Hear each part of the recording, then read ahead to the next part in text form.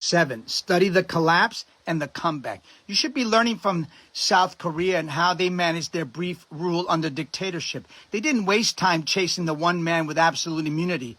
They went after the structure, the aides, the enforcers, the loyalists, the architects. They knocked out the foundation one pillar at a time until the strong man had no one left to stand on, and his power crumbled beneath him. You should be independently investigating every author of Project 2025, every aide who defies court orders, every communications director repeating lies, every policy writer enabling cruelty, every water boy who keeps this engine running. You can't stop a regime by asking the king to sit down. You dismantle the throne he's standing on, one coward at a time.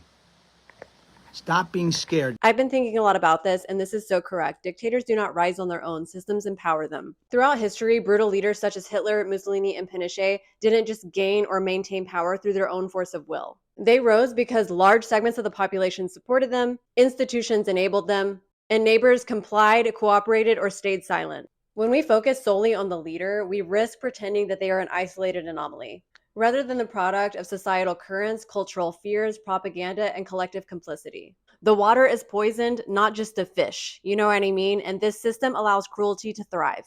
That echo chamber contributes to an environment where cruelty becomes normalized. Nazi Germany didn't just happen because of Hitler. Millions of regular citizens either participated, supported, or passively accepted what was happening. The same was true in the American South during slavery and segregation. It wasn't just the politicians, but churches, families, and local economies that all perpetuated the system. If we focus solely on the dictator, we fail to interrogate the society that empowered them. And without that acknowledgement, the same patterns will repeat. Most people are under the impression that the evil comes from one bad leader, and then they just wait for that leader to leave. But real change happens when the people change, when communities resist, and when institutions are held accountable. History shows us that fear protects cruelty. Fear of being isolated, fear of standing out, fear of being wrong. These are the shields that uphold oppressive systems. Courage comes by recognizing that even small acts of resistance ripples through society. And unless we clean the water, new hate will always rise.